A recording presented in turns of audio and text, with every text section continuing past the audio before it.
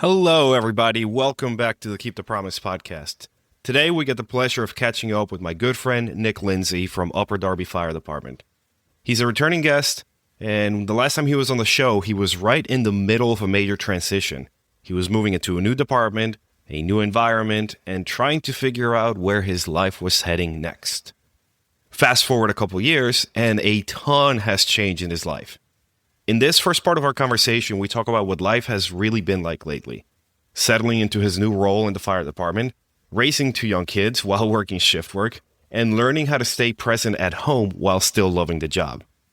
We also get into the fire culture there, and what it's like joining a new department, and why sometimes the best move that you can make is simply coming in as a gray man and letting your work speak for itself. So sit back and enjoy part one of our conversation with Nick Lindsay. Welcome to the Keep the Promise podcast, where we help build resilient and well-rounded firefighters. We can sit here and chat all day about leather. Let's get this podcast out of the way, and we can intersperse the leather talk in between. So last time we chatted, you had kind of been in the middle of a very transitional period. You had been at Upper Darby for a while, but I think didn't you move after a bit? You're just always on the go. So what's life like these days for you? I think the last time we talked, I was there for 2 years. I feel like we were probably right at that point. It's still making the adjustment for sure. The COVID year, getting hired during that time was brutal, and just trying to land, coming from a different place, that whole ordeal of getting adjusted and really appreciating what I came to was tough. And it's finally settled in now, and I'm so happy that I made that move. The place is phenomenal. We have so much fun. And, we did, last time I talked, we were still living in Pennsylvania, and we were back there now. But we got this wild hair to move to the beach. I guess we did that last year, and it only lasted like 8 months. We went to the 4-platoon system, 24/72. I was like, it's perfect. Like, no big deal. It's 2 hours to work. Plenty of people do it. Nope. Turns out that puts a beat on you after a while, and we said, never mind. Let's head on back to PA. So you sat there across from me back in 2023. What's different about you now in 2026? We have another little one running in the house. That puts a lot of different things into perspective. I think I appreciate the job a lot more than what I did before. It's really grown on me. We've had such a large turnover. In 5 years, we are so young, it's not even funny. And everybody there just wants to come to work, wants to do the right thing, wants to train. And the atmosphere is what I came for, and it's exceeding it every day. No, that definitely makes for a fun shift. And I know you've sent me pictures of the meals that you guys make, the calls that you guys run. Yeah. And even those pictures exude that energy of just people excited to be there. It is. I tell everybody to come take the test, and they know me. Our list is always so small. But hey, we're a platoon system in an urban area with no EMS. Like, anyhow, man. No EMS, dude. That sells it. That sells it so much. No EMS. If only. You're literally living in a utopia. We're not even just going to tell people to apply, because I don't want anybody to spoil that paradise for you. I tell you what, man, we've poached some people from Virginia, because we are one of the rare places where if you have a accredited International Association of Firefighters Academy, you just walk on. You come in. We just did it 2 weeks ago. We'll do, especially the first time we did it, we'll do like a week long. You're on shift, and you just do like a orientation academy, if you will, for a week straight. You go over everything we carry, why we carry it, operations, SOGs, all that fun stuff. And it's just kind of a nice way to get people's feet wet and know what to expect versus trying to unload all of it on the first day. Yeah, that's interesting, because very few departments actually have any sort of, shall we call it, lateral move, or any sort of just walk on type thing. Yeah, it's not too common. If we were to define seasons of life, where are you right now? Are we talking, are you grinding? Are you growing? Are you just surviving? Or are you coasting so well that you're just making tiny refinements and tiny adjustments as you go? Oh, no, baby. We are in survival mode.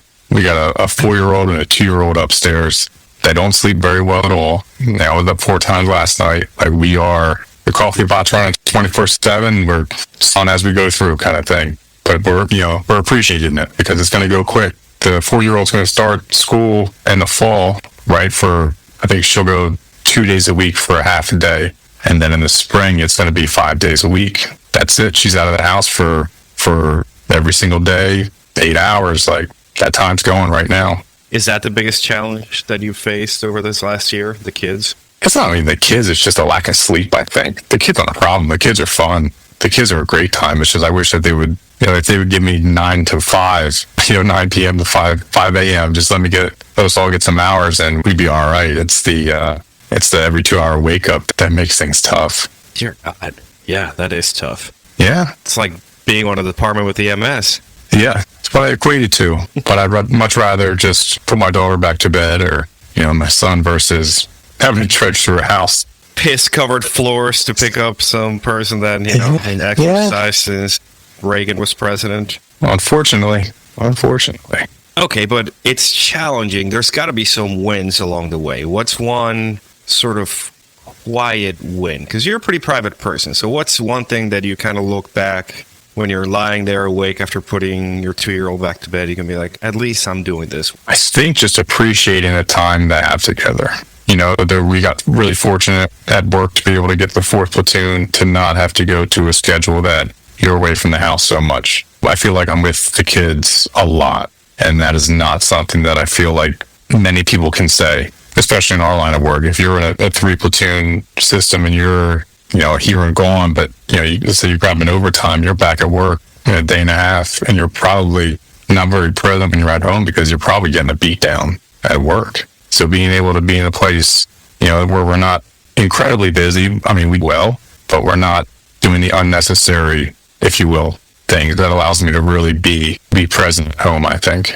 Yeah, and that's super important because at the end of the day, family is what keeps us going. Right, it's the only thing at the end of the day, like you said, that matters. The letter working could go away tomorrow. It doesn't matter to me. I want my kids to have a good present father. You mean you don't feel like you need to be at the department because the department needs you all the time? Buddy, we're just numbers. The sooner you're with it, the better off you are. And that's not a negative. That's the truth. There's plenty of people. You'll think about when people retire, the wheel keeps spinning. They could be the greatest gift to the fire department. The second they step out the door, the wheel just keeps going. And that's so interesting that you mentioned the retirees because I see them so often, especially on Facebook, because that's where they hang out. And the vibe that you just get is almost like, guys, let it go. It was a phenomenal part of life, but understand that you're trying to hold on to a past that no longer exists, to a world that no longer exists. And I want to flip it into the positive. Like you said, we are just numbers. The wheel keeps on turning, like cogs in the machine, and the machine always needs to be fed. And you can look at it negatively, but I think the important way to look at it is almost in a liberating way, that we all have a finite time, and it's important to take the good with the bad and just have fun, enjoy the time with those people, enjoy the calls, enjoy the adventures, and then when it's over, just walk away and find a new adventure. Yeah, I think it's one of the first things I tell new guys that, really take time, people that you work with. If you have a good crew, you have good guys, take it in because, in next year, it very well could change. People retire. You have to try and stay present and just enjoy what you have. It's like, nobody knows what's going to happen tomorrow. We bring in retirees every year. I love that we do this. We give them a brunch every year after the holidays. I organize it all. All the retirees come in, meet the new guys, and just to say thanks. We're a young local. There's a lot that went on before many of us even stepped foot in the door there that they paved the way for. But it also gives them a chance to just come back into the firehouse. Like, wow, this is really cool. They can tell the old stories and meet the new people and just give them a little bit of nostalgia.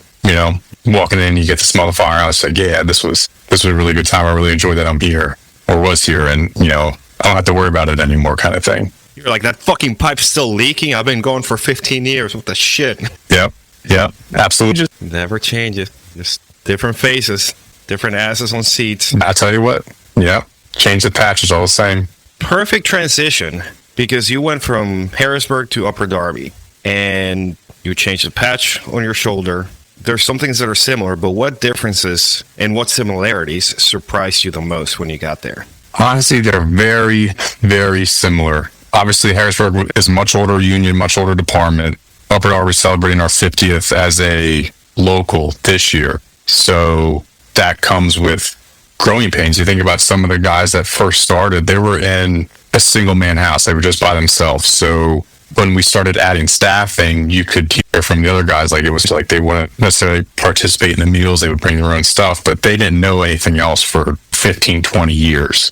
It was just them. So when you start adding extra people into the mix, they're kind of like, nah, this doesn't make any sense to me. Like, I'm good. I'll just take care of myself kind of deal.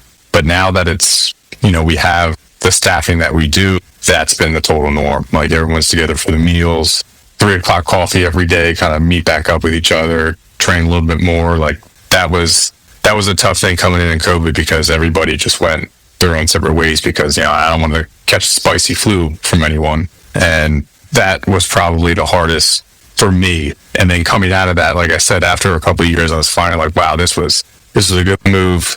I'm glad I'm here. I'm glad I made that move. But like operationally, they're identical. Did it ever seem like you had to prove yourself again to the guys who had been there for a while? No, I'm going to prove myself, because Telegraph, Telephone, Fireman, they had all the data they needed on me. Truthfully, it was more so I didn't want to let the people in Harrisburg that put their neck out and said, yeah, he's good to go. I didn't want to let them down more so than anything else, right? Yeah. So that doesn't only affect me, it'll affect them. Yeah, you don't want to piss off Yonkin. Yes, absolutely. No, he'll throw a knife at me. I was going to say, he'll make you a spicy meal. Yeah. He'll hit you with it. What do I make fun of him for? A lot of the Lord of the Rings stuff. I'm like, what are you going to do? Send Frodo after me? Ooh. Hey, I can't knock him. Good trilogy. Good movies. I love it. But, okay, my super controversial opinion, because I never paid attention to Lord of the Rings or Harry Potter, but they all just get mixed together in my mind. Same thing, like same group of 3 kids going on adventures with this old white dude with a beard who tells them sort of what to do. There's some magic here and there, or some weirdness going on, some like super evil figure. I'm like, I don't know, when did Frodo go to Hogwarts? And people just fucking short circuit when I say that shit. There's a lot of similarities. I can't knock you there. Okay. What we have a lot of questions about the move and everything, but I don't want to belabor it, because I think it's important to realize for those people who are considering a move that it can be simple. It can be painless, right? If you have a good crew back at your old department who talks to your new department and says, this guy's solid because you've proven yourself there, then all you have to do is just continue being you, being who you are. So I think I would say, and maybe I'm putting words in your mouth, but it was the right call, wasn't it? Yeah, absolutely. You just come in as the gray man. Nobody cares how, the place where you did it before did things. Like, just relax, do what you know is right, take your time, and there'll be opportunities. If you see that there are holes, you can put it out there like, hey, back here we did this and it worked out for us. This is why. And they're like, oh, okay, yeah, like that's actually not a bad idea kind of thing. But to walk in the first day and start doing those things, I'd probably caution against that. We had a guy at the Volley House who, it's the most Volley House drama episode ever. This dude came in, I think he was in a department in Northern Virginia, and made it a point to go through every piece of apparatus, take the axes, and literally just polish the paint off the axe heads. Because, it's the yellow fiberglass handle axes with the red paint up to a certain point in the head. And it was pandemonium, because now you have the old timer saying, we've always done it this way. You have this guy saying, this is how my department does it. And it's like an identity crisis of what it is that we're going to do. And some of us in the periphery looking around like, are we really fighting for this right now? Like, we're making this a huge deal. Yeah, but just go ahead. Sorry. Well, what I was going to say is, I think the point is that don't rock the boat too much, especially over something as tiny.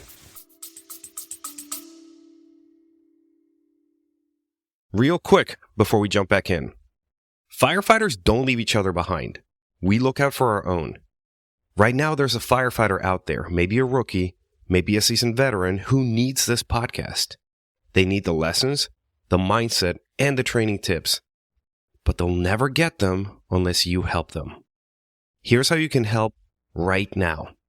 On Apple Podcasts, tap the 5 stars, then scroll down and write just a few words about what the show has done for you. On Spotify, tap the 3 dots, select Rate Show, and drop your rating. It takes less than 60 seconds, it costs you nothing, and it helps one more firefighter get better, stronger, and more prepared. We look out for each other. This is one small way that you can pay it forward. All right, back to the show. Yeah, if they were paint or red, it's fine. Clean it up. Just make sure it looks the same way that it was when it came off, kind of thing. Like you said, there's nothing to it. It's paint. Like, just paint it. Pay back to what it was. Clean it up. It's fine.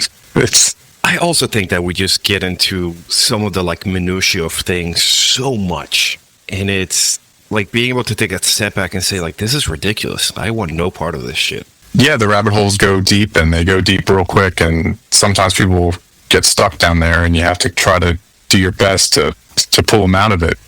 Like you said, it doesn't really matter. Not going to affect how things go in the fire, run in the fire. Come back up. It'll be okay. I went to school for engineering, and some of these engineering nerds and scientists that I hung out with would be appalled at the level of detail that we go into. Like the argument for stripping the axe head was it's going to get stuck when you're actually trying to vent a roof or do anything with the head.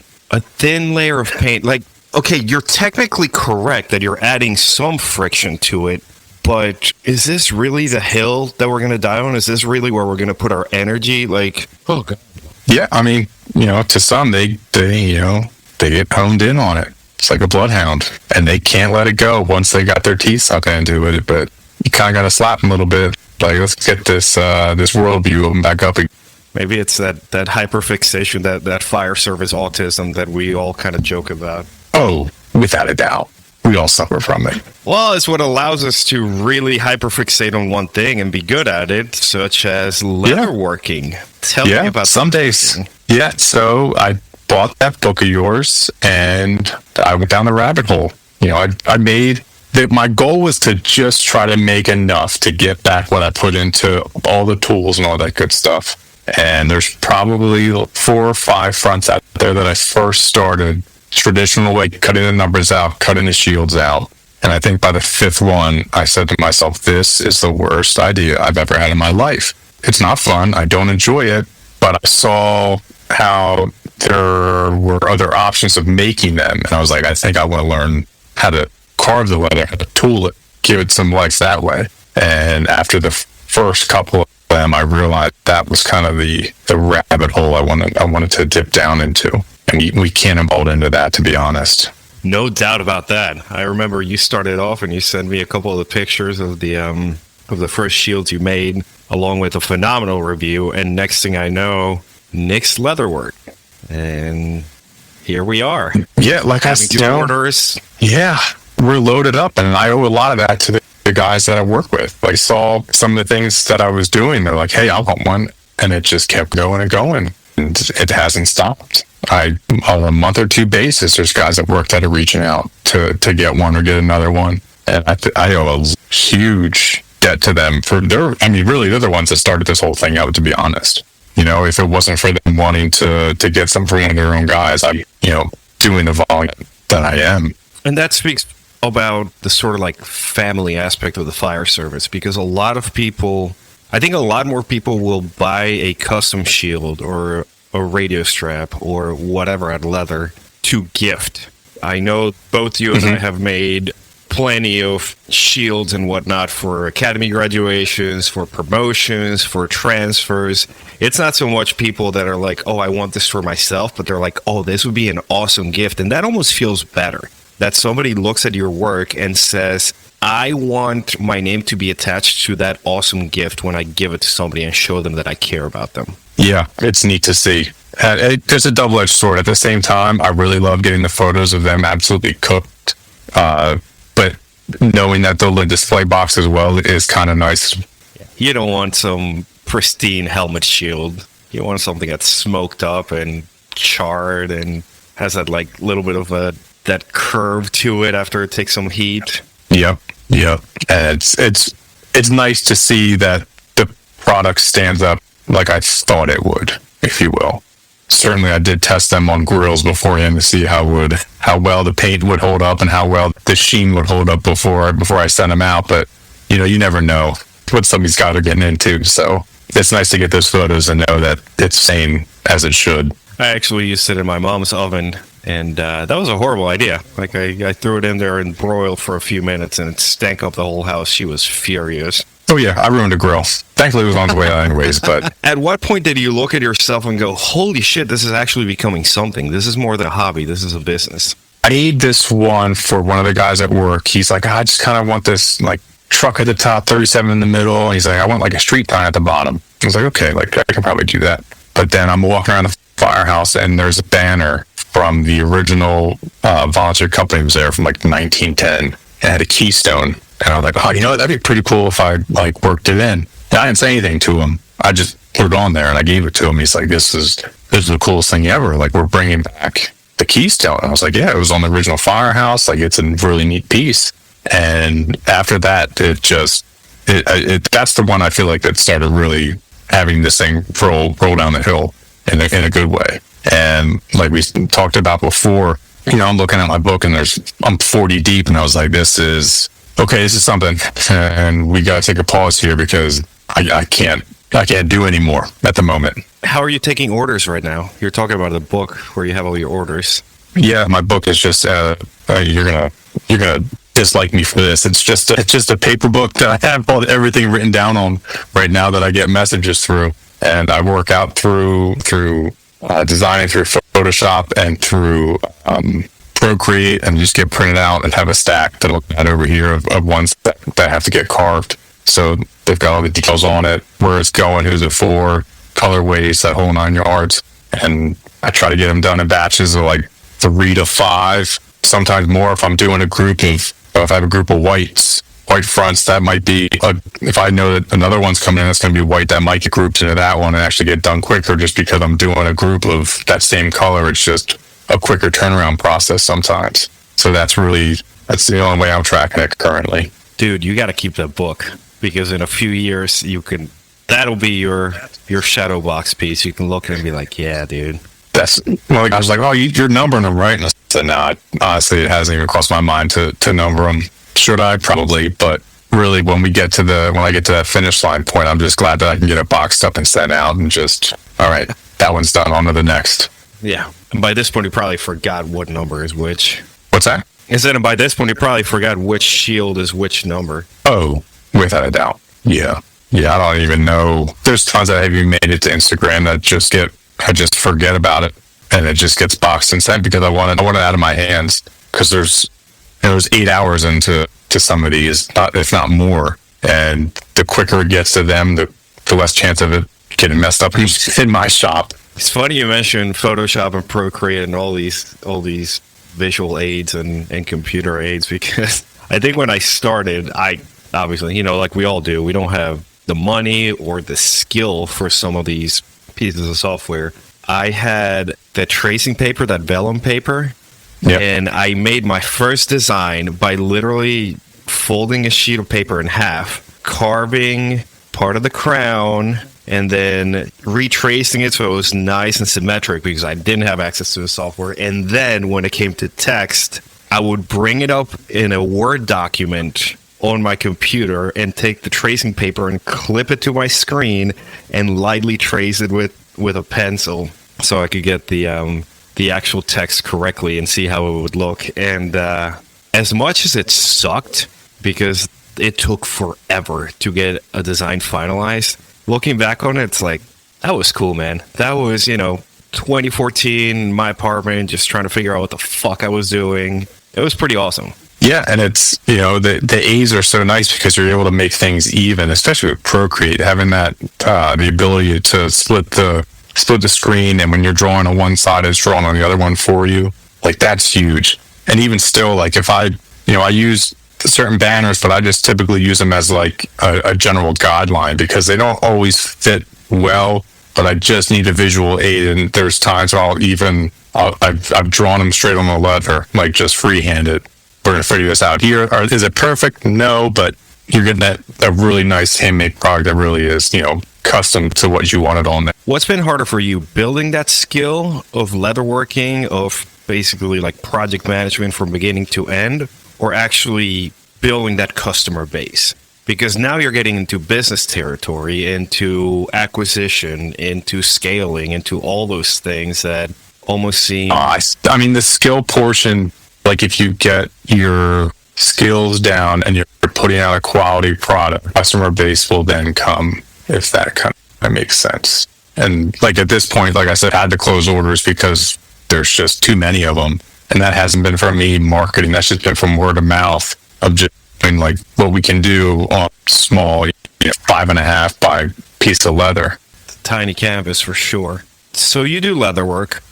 We know firefighters who are into woodworking, there's a guy that I know that makes fishing lures. And do you think that the fire service and like the fire service population as a whole is more wired for craftsmanship, for having a unique artistic outlet? I think maybe, not everybody. There's plenty of people I've talked to that are like, you don't want me to draw a stick figure, but maybe they just haven't found that medium that really agrees with how, their brain works, or how their hands work.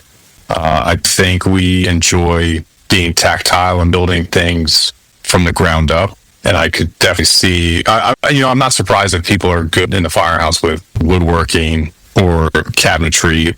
Even like some of these guys are into the trades, like electrical, they run the wires, and you see how diligent they are and how well they feed that, and it's art in its own, if you will. Like being able to put some of those things in, and it's clean work. And I think there's just you get to define kind of what medium suits you. I don't doubt by any stretch of imagination when someone were to find that in our line of work that they excel at it. Is it therapeutic for you, sitting at the shop and carving, cutting, stamping, painting? I guess. I've never been to therapy, so I don't know exactly what that would be like, but to be able to just find it being quiet some days, not always listen to music. I'm not always listening to a TV show. Some days it's just coming down and it's just nice to just, have silence. And I guess when you come down, I've been down here at 8, 9 o'clock at night, and suddenly I blink and it's 1 a.m. and I'm like, oh shoot, like that went by in a flash. But I guess being able to shut some of the other, do the carving and stuff like that would definitely constitute a form of therapy.